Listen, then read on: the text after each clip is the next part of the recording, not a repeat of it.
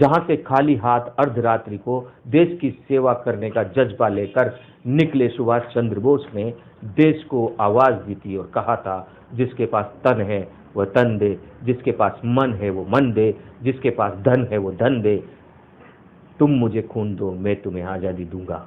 उसके बाद आजाद हिंद फौज का गठन हुआ था।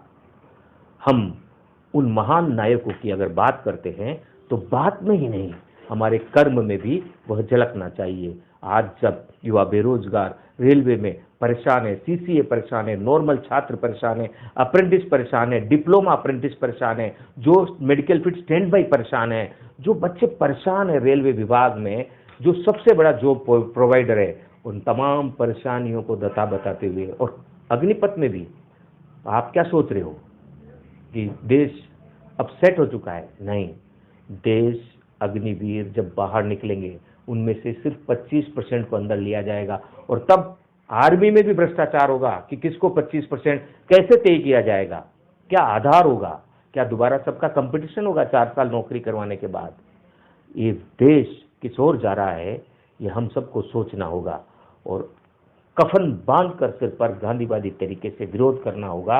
ये देश की संपत्ति हमारी है, कोई रेलवे न जलाए, कोई रेल पटरियों पर न बैठे, बिना बैठे ही हम लोग सरकार को झुका सकते हैं, अपनी बात को दबंग तरीके से पेश कर सकते हैं।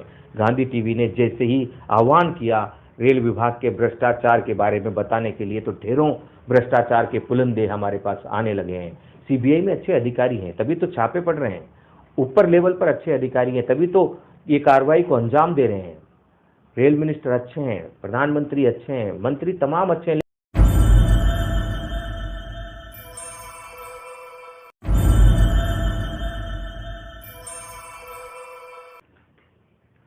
आपको हम एक छोटी सी यात्रा यानी फ्लैशबैक और प्रेजेंट दोनों को मिलाते हुए हम लेकर चलते हैं। यह जो तस्वीर आप देख रहे हैं, यह तस्वीर पटना में अग्निवीर के आंदोलन के विरोध की है। उस समय रेल जला दिए गए थे, और रेल जला दिए जाने के बाद वह आंदोलन बेरोजगारों के द्वारा, यानी बेरोजगारों को दर्द था कि उनका भविष्य अंधकार में जा रहा है। अब आर्मी में जो नौकरी है वह भी उनको नहीं मिलेगी।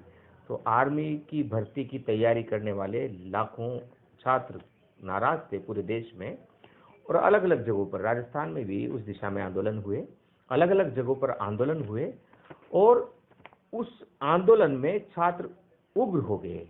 युवा बेरोजगार, युवाओं को संभालना बड़ा मुश्किल है, तो युवा बेरोजगार जब उग्र हो गए तो उन्होंने उग्रतावश रेल के डिब्बों को आग लगा दी, पटरियों को उखाड़ दिया, नुकसान हुआ। जांच बैठाई गई, और आनन फानन में किसी ने ये फैला दी कि इन बच्चों को मोटिवेट करने वाले कुछ कोचिंग संचालक हैं, तो उन कोचिंग संचालकों को धर दबोचा गया, और उसी के बाद कोचिंग संस्थाओं की ओर से बेरोजगारों की आवाज बनने की परंपरा लगभग रुक गई। लेकिन अब हम एक तस्वीर और बताते हैं कि जो हमारे पास है वो हमें नजर नहीं आता, जो नहीं है वो नजर आता है। तो the consciousness of lacking something is the nature of human consciousness. इसलिए इसी बात को एक शेर में, बहुत प्रसिद्ध शेर में कहा गया है, दुनिया जिसे कहते हैं जादू का खिलौना है, मिल गया सो मिट्टी है, नहीं मिला वो सोना है। ये भी सुना होगा आपने, ये दृष्टि आईएएस कोचिंग के विकास दिव्य कीर्ति है।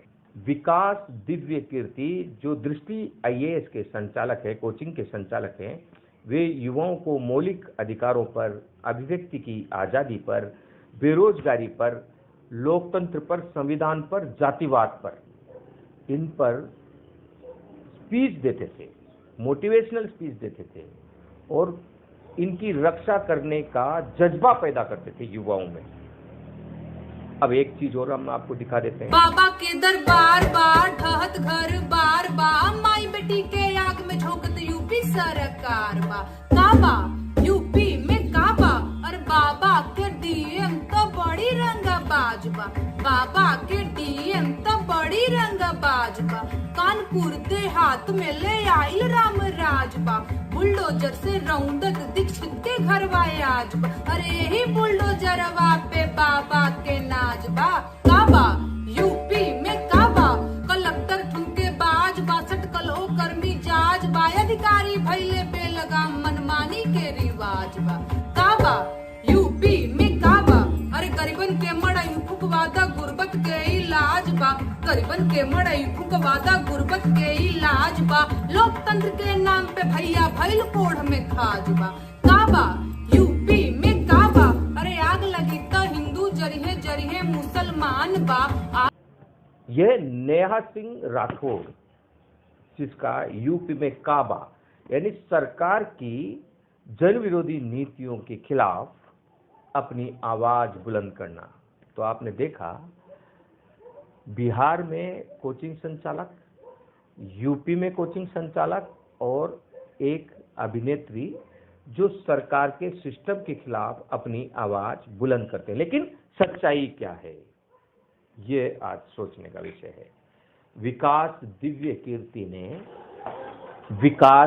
कीर्ति ने जो दृष्टि आईएएस के संचालक हैं, उन्होंने नेहा सिंह के पति हिमांशु सिंह को अपने कोचिंग से निकाल बाहर कर दिया है। और यह तब हुआ जब नेहा सिंह के काबा गाने पर यूपी पुलिस का नोटिस पहुंचा। इधर यूपी पुलिस का नोटिस नेहा सिंह के घर पर पहुंचता है और उधर हिमांशु जो पीआर सेक्शन संभाल रहे थे दृष्टि आईएएस का, उनको दृष्टि आईएएस की तरफ से नौकरी से निकालने का नोटिस पहुंचता है। तो ये जो परंपरा है हमारे देश में, एक तरफ तो कोचिंग संचालक अपने आप को बड़ा शेर समझते हैं, बच्चों को कहते हैं कि हमें लड़ना चाहिए, बच्चों के हक की बात करते हैं, लेकिन सच में जब लड़ाई की बात आती है तो सब दुम दबाकर भागते नजर आते हैं। कहाँ जाएगा हमारा देश प्रजातंत्र की रक्षा के लिए और संविधान की रक्षा के लिए, जब सबसे अधिक जरूरत शिक्षकों की है, कोचिंग संचालकों की है, युवा बेरोजगारों के संगठन की है, युवा बेरोजगारों की है। सरकार के एक नोटिस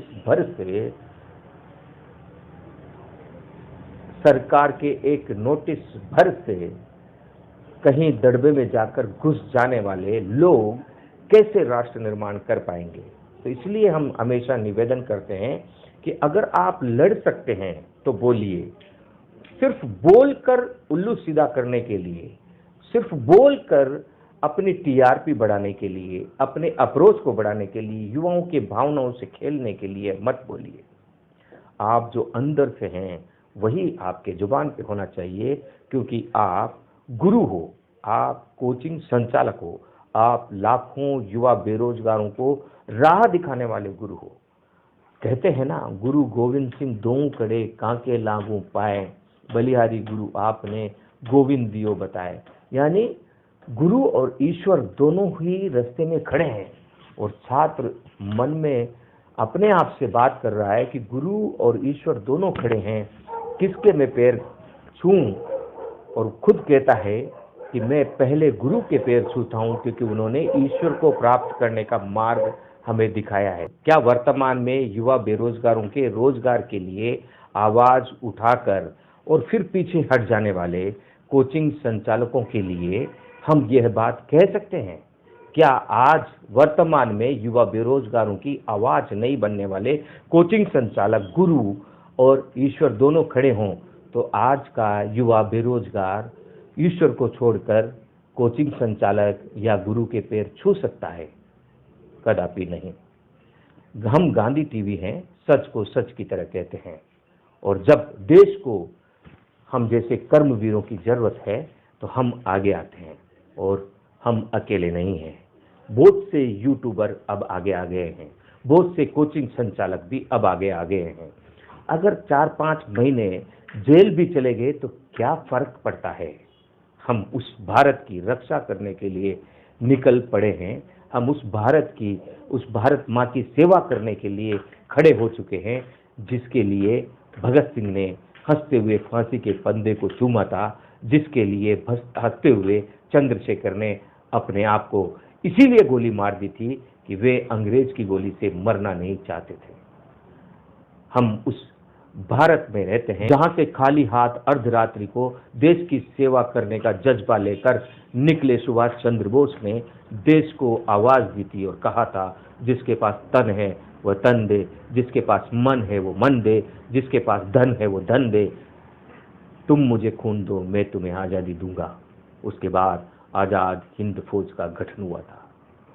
हम उन महान नायकों की अगर बात करते हैं तो बात में ही नहीं, हमारे कर्म में भी वह झलकना चाहिए। आज जब युवा बेरोजगार रेलवे में परेशान है, सीसीए परेशान है, नॉर्मल छात्र परेशान है, अप्रेंटिस परेशान है, डिप्लोमा अप्रेंटिस परेशान है, जो मेडिकल फिट स्टैंड बाई परेशान है, जो बच्चे परेशान है रेलवे विभाग में, जो सबसे बड़ा जॉब प्रोवाइडर है, उन तमाम परेशानियों को बताते हुए, और अग्निपथ में भी आप क्या सोच रहे हो कि देश अपसेट हो चुका है? नहीं, देश अग्निवीर जब बाहर निकलेंगे उनमें से सिर्फ 25% को अंदर लिया जाएगा, और तब आर्मी में भी भ्रष्टाचार होगा कि किसको 25% कैसे तय किया जाएगा, क्या आधार होगा, क्या दोबारा सबका कंपटीशन होगा 4 साल नौकरी करवाने के बाद?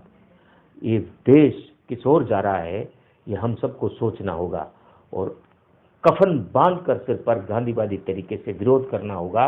ये देश की संपत्ति हमारी है, कोई रेलवे न जलाए, कोई रेल पटरियों पर न बैठे, बिना बैठे ही हम लोग सरकार को झुका सकते हैं, अपनी बात को दबंग तरीके से पेश कर सकते हैं। गांधी टीवी ने जैसे ही आह्वान किया रेल विभाग के भ्रष्टाचार के बारे में बताने के लिए, तो ढेरों भ्रष्टाचार के पुलंदे हमारे पास आने लगे हैं। सीबीआई में अच्छे अधिकारी हैं तभी तो छापे पड़ रहे हैं, ऊपर लेवल पर अच्छे अधिकारी हैं तभी तो ये कार्रवाई को अंजाम दे रहे हैं। रेल मिनिस्टर अच्छे हैं, प्रधानमंत्री अच्छे हैं, मंत्री तमाम अच्छे हैं, नीचे जनता का पार्ट जनता को निभाना होगा।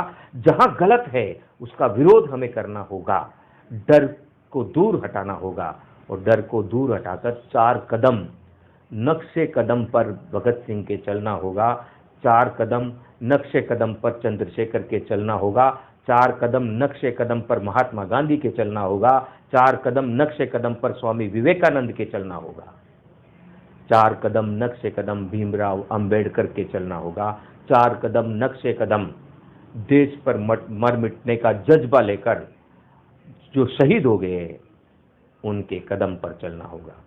तो साथियों, ये तमाम चीज़ों पर हम चर्चा करते रहेंगे। हम आपको भाएं या ना भाएं, हम राष्ट्रहित पर मनन करते रहेंगे, राष्ट्रहित के पथ पर चलते रहेंगे, क्योंकि हम गांधी टीवी हैं।